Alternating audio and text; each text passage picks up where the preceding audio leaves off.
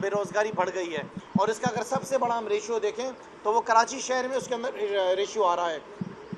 कल भी बहुत सारी फैक्ट्री से मुझे फ़ोन आया अलग अलग मज़दूर यूनियन से, जिसमें बताया गया कि हमें नौकरियों से निकाला जा रहा है, और नौकरियों से निकालने का जो रीज़न है वो ये है कि एक्सपोर्ट के जो ऑर्डर्स हैं वो मालिकान ऑर्डर्स ले नहीं रहे हैं, उन्होंने अपने ऑर्डर्स लेना कम कर दिए हैं।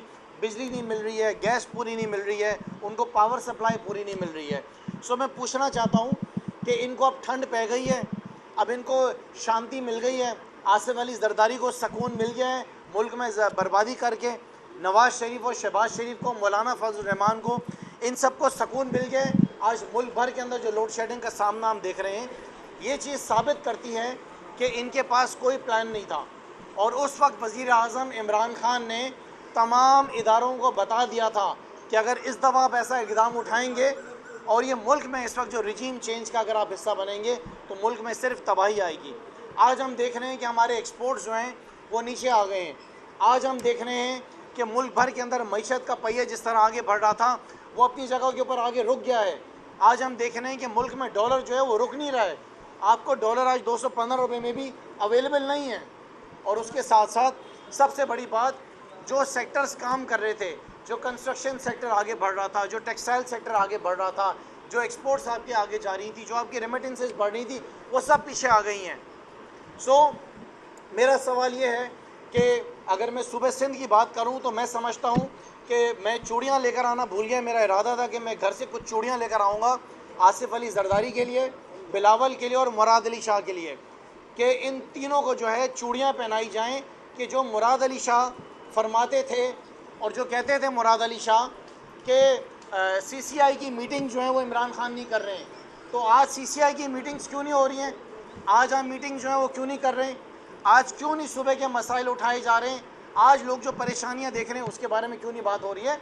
मुराद अली शाह और बिलावल जरदारी कहा करते थे कि अबराज ग्रुप के जो मालिक हैं नकवी साहब वो इमरान खान के दोस्त हैं, और हम कराची इलेक्ट्रिक के बारे में बात नहीं करते। आज तो नहीं है ना, आज तो मौजूद नहीं है, तो क्यों मुराद अली शाह जो है वो कराची की बिजली के मामलात के ऊपर के इलेक्ट्रिक से बात नहीं कर रहे हैं? क्योंकि आपस में मिले में सारे ही है। इन सारों ने आपस में जो है वो तालियां मारी हुई हैं। इनका मकसद जो था वो सिर्फ एक मकसद था कि इन्होंने नैब का जो है, नैब के अंदर अमेंडमेंट्स लेकर आनी थी, नैब के अमेंडमेंट्स के ज़रिए अपने केसेस का ख़ात्मा कराना था। अवाम अच्छी तरह जान चुकी है कि ये 1100 अरब रुपए की जो नैब की अमेंडमेंट से जो फ़ायदा हुआ है वो तमाम फ़ायदे तमाम PDM के जितने भी जो हिस्सेदार थे उनको ये फ़ायदे हुए हैं। आसिफ अली जरदारी को फ़ायदा हुआ है, इससे शहबाज शरीफ को फ़ायदा हुआ है, इससे जो इनके जितने सहूलतकार थे उनको फ़ायदा हुआ है। आज हम देख रहे हैं कि MQM जो है, जो अपने आप को चैम्पियंस ऑफ कराची दिखाया करती थी, आज खामोश बैठी हुई है। आज मेरा कराची शहर जो है वो लोड शेडिंग से रो रहा है। आज मेरा पूरा मुल्क जो है वो महंगाई के आलम में है। लेकिन किसी ने देखा कि MQM ने अपनी आवाज़ भी निकाली हो, कोई जिक्र तक उसने करा हो? आज पाकिस्तान पीपल्स पार्टी जो है वो सारे हकूक़ भूल गई है सूबे सिंध के लोगों की, पाकिस्तान भर के लोगों के जो हकूक़ थे उसके ऊपर खामोश हो गई है। 3 महीने पहले बिलावल जो है वो बस पकड़कर इस्लामाबाद निकल जाता था महंगाई मार्च के ख़िलाफ़। 3 महीने पहले मरियम जो है वो लाहौर से इस्लामाबाद आती थी महंगाई मार्च के ख़िलाफ़, महंगाई मार्च के लिए महंगाई के ख़िलाफ़ आती थी। आज बिलावल भी नज़र नहीं आ रहा है, क्योंकि सुना बिलावल को जहाज़ मिल गया फॉरेन मिनिस्ट्री का, वो दुनिया भर के अंदर सैर कर रहे हैं। उनको बचपन से शौक़ था जहाज़ में उड़ने का, तो उनके डैडी ने उनको जहाज़ तो दिलाया ही नहीं, उनको फॉरेन मिनिस्टर बना दिया, वो जहाज़ में आज घूम रहे हैं। आज मुल्क भर के अंदर जो क़यामत इस वक्त आई हुई है इस इम्पोर्टेड हुकूमत की शक्ल के अंदर, उसके ऊपर ये सारे PDM वाले खामोश हैं। आज पूरा पाकिस्तान मौलाना फजल रहमान को ढूंढ रहा है कि मौलाना फजल रहमान जो हैं वो कहाँ गुम हैं। कहीं सऊदीया में जाके बैठ गए हैं, कहीं अमेरिका जाके बैठ गए हैं।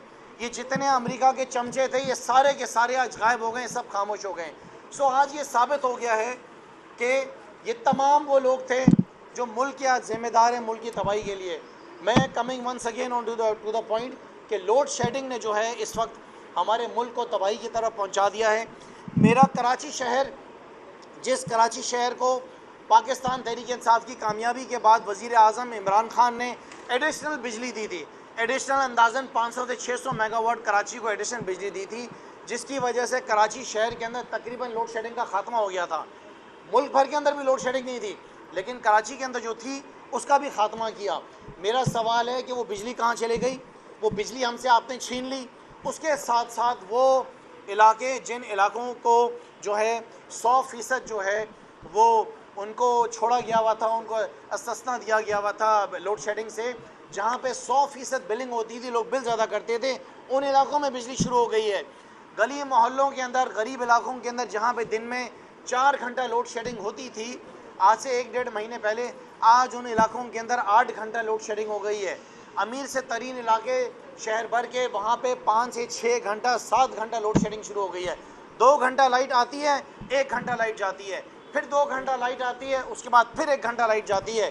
शहर कराची में मेरे ख्याल से अगर बिजली कहीं पे होगी तो वो सिर्फ चीफ मिनिस्टर हाउस में है, वो सिंध असम्बली के अंदर है, वो बिलावल हाउस के अंदर है, वो जरदारी हाउस के अंदर है, वो उन इलाकों के अंदर खाली आपको लाइट मिलेगी जहाँ पे ये लोग रहते हैं। उसके अलावा आज पूरे पाकिस्तान की चीखें निकली हुई हैं, पूरे पाकिस्तान की चीखें निकली हुई हैं।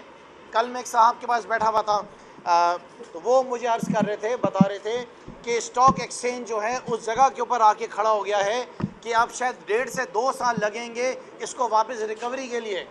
मुझे बताया उन्होंने कि डॉलर जो है वो अब आपका रुकेगा नहीं, डॉलर और बढ़ेगा। और उसके बाद सबसे बड़ी बात कि इम्पोर्टेड हुकूमत ने अब ये फ़ैसला किया है, नेपरा ने, कि बिजली के रेट जो है वो और बढ़ाएंगे। सो आप लोगों को लेकर किस तरफ जा रहे हैं? क्या आप चाहते हैं कि मुल्क भर के अंदर अफरा तफरी का माहौल पैदा हो जाए? आप चाहते हैं कि यहाँ पे राइट शुरू हो जाए?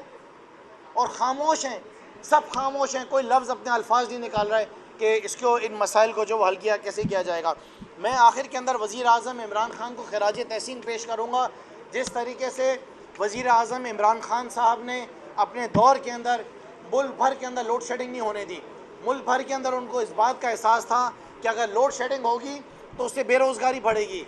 इमरान खान को इस बात का एहसास था कि अगर बिजली का निज़ाम सही तरीके से नहीं चला तो उसकी बुनियाद के ऊपर मुल्क भर में रहने वाले जो लोग हैं, ख़ास तौर पे जो कारोबारी तबका है, वो इम्पैक्ट करेगा। तो हमारे एक्सपोर्ट्स डाउन होंगे। जब हमारे एक्सपोर्ट्स कम होंगे तो यहाँ पे डॉलर्स भी बढ़ेंगे और उसके साथ साथ हमारी मईशत भी ख़राब होगी।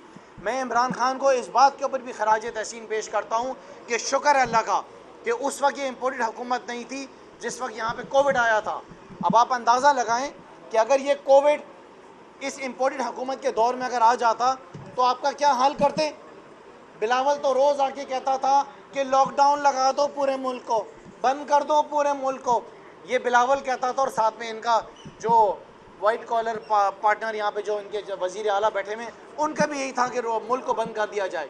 सो वज़ीर आज़म इमरान खान साहब को मैं खराज तहसीन पेश करता हूँ, जिस तरीके से उन्होंने इस मुल्क को चलाया, जिस तरह दुनिया भर के अंदर पाकिस्तान के वक़ार को, जिस तरह पाकिस्तान की मईशत को, जिस तरीके से इस्लाम के लिए उन्होंने आवाज़ उठाई, मैं इमरान खान को खराज तहसीन पेश करता हूँ और आवाम से कहता हूँ कि ये वक्त आ गया कि अब आवाम ने इस इम्पोर्टेड हुकूमत के ख़िलाफ़ निकलना है। जितने दिन ये इम्पोर्टेड हुकूमत और रहेगी, लोड शेडिंग के शक्ल में, महंगाई के शक्ल में, ये मुसीबतें हमारे ऊपर आती रहेंगी। आज इस महंगाई के आलम में सिर्फ अमीर नहीं, गरीब भी परेशान है। जो तबका, वो तबका जिसको कभी कोई परेशानियाँ नहीं होती थी, जो टैक्स पेयर्स थे, जो अच्छे जिनके कारोबार हैं, वो आज रो रहे हैं कि इस महंगाई के आलम में इस इम्पोर्टेड हुकूमत ने जो हाल किया है वो काबिल कबूल नहीं है। उन लोगों को हमने कभी नहीं भूलना है जिन लोगों ने इसके हिस्सेदार बने, जिसके सबसे बड़े हिस्सेदार MQM, जो कि सबसे बड़ी हिस्सेदार थी इस रिजीम चेंज की, हिस्सेदार MQM थी। याद रखना है, कराची वालों ने MQM को कभी भी, MQM वालों को माफ़ नहीं करना, जो कि हमेशा दुश्मन रही है कराची की।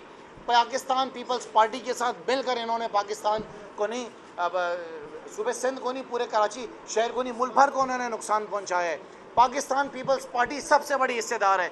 और इंशाअल्लाह ताला जो पंजाब के भी इलेक्शंस आ रहे हैं, जिन इलेक्शंस को तैयारी कर ली गई है रिक करने की, और एक साहब को ज़िम्मेदारी दी गई है, जिन साहब को इस इलेक्शन को ज़िम्मेदारी दी है रिक करने के लिए, वो बड़ा अपना किरदार अदा कर रहे हैं।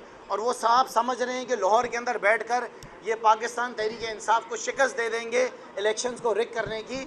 उन साहब को और उनके बड़ों को मैं पैगाम देना चाहता हूँ कि इमरान खान का सैलाब आने लगा है। इन 20 सीटों पे इमरान खान का सैलाब आने लगा है। आपको जितनी कोशिशें करनी है कर लो, आपने जो तैयारियां की हुई हैं कि 15 सीटों पे जो है आप पीडीएम को कामयाबी दे देंगे और 3-4 सीटें तहरीक इंसाफ को दे देंगे। आप अपनी इन गलत फहमियों से बाहर निकल जाएं। अगर आपने इस इलेक्शन को रिक करा तो मैं आपको बता रहा हूँ कि आपको वो नुकसान होगा कि आपको उसका अंदाज़ा भी नहीं होगा। पाकिस्तानी कौम पूरी समझ चुकी है कि इस वक्त पाकिस्तान में क्या गेम चल रहा है। पूरा पाकिस्तान इस वक्त इमरान खान के साथ खड़ा हुआ है। ये 20 की 20 सीटें तमाम सर्वेज इस वक्त बता चुके हैं, तमाम सर्वे, कि जो 20 सीटें जिनके ऊपर इलेक्शन होने जा रहा है, ये 20 की 20 सीटें पाकिस्तान तहरीक इंसाफ बहुत बड़ी तादाद में जीतेंगी। और अगर किसी किस्म की गड़बड़ हुई तो ये आप ही के ऊपर इल्ज़ाम आएगा। क्योंकि हम जानते हैं, ये हम बातें बहुत अच्छी तरह जानते हैं कि ये जो आजकल वीडियोस लीक हो रही है ना, इन वीडियोस को लीक करने की काबिलियत पीडीएम में नहीं है। हम जानते हैं कि इसके अंदर आपका क्या किरदार है। हम ये भी जानते हैं कि इन 20 सीटों को रिक करने की काबिलियत जो है ये पीडीएम वालों के अंदर नहीं है। इसके अंदर भी आपकी मदद की जा रही है। लिहाजा एहतियात करें, ख्याल करें, मजबूर ना करें कि हमारी ज़बान और ज़्यादा खुल जाए और हम आगे बढ़कर बात करना शुरू करें।